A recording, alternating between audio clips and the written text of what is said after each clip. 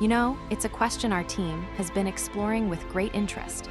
Just how many transgender people actually live within the borders of the United States today? We discovered that recent comprehensive data analysis provides a clearer picture than ever before, offering insights that are profoundly important for understanding our nation.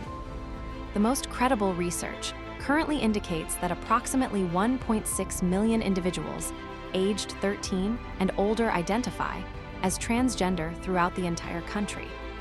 This figure includes about 1.3 million adults, which represents a notable 0.5% of the total adult population, according to government survey data. We also learned that an estimated 300,000 teenagers between the ages of 13 and 17 identify as transgender, a truly significant youthful demographic. It's fascinating because this means younger generations are identifying as transgender at a considerably higher rate than all of the previous adult generations combined. For a long time, we operated without this kind of specific knowledge because official data collection methods simply were not designed to include gender identity. The turning point really came when large-scale federal health surveys began including a direct question asking respondents if they identify as transgender. This crucial change, led by institutions like the Centers for Disease Control, has empowered researchers to provide these detailed and reliable population estimates.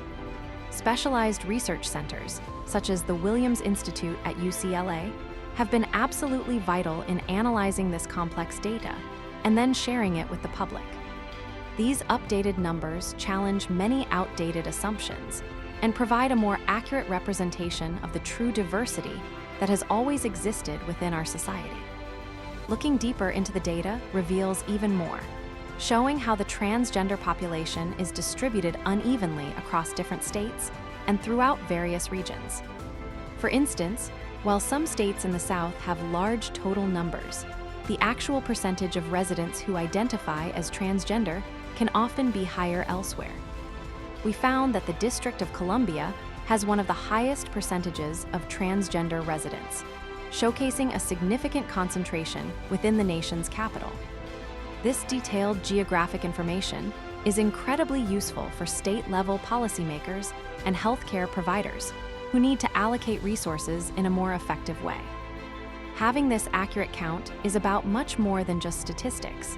It is fundamentally about visibility, recognition, and the fair allocation of essential resources. This data directly impacts everything from healthcare funding, for gender-affirming care, to the development of inclusive policies that protect civil rights for everyone. When lawmakers debate new legislation, they can now use this evidence to understand the real-world implications for a significant and recognized group of citizens. It also helps to ensure that public services and community support systems are adequately funded and are accessible to those who really need them the most. Of course, challenges in collecting this sensitive information still remain, as surveys may not yet capture the full spectrum of non-binary and gender-diverse people.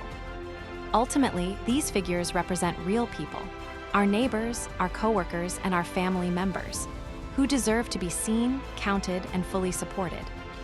We're really curious to hear what you think about all of this detailed information and what it might signify for the future direction of our shared society. Does learning about the specifics of this data change any of your own perspectives?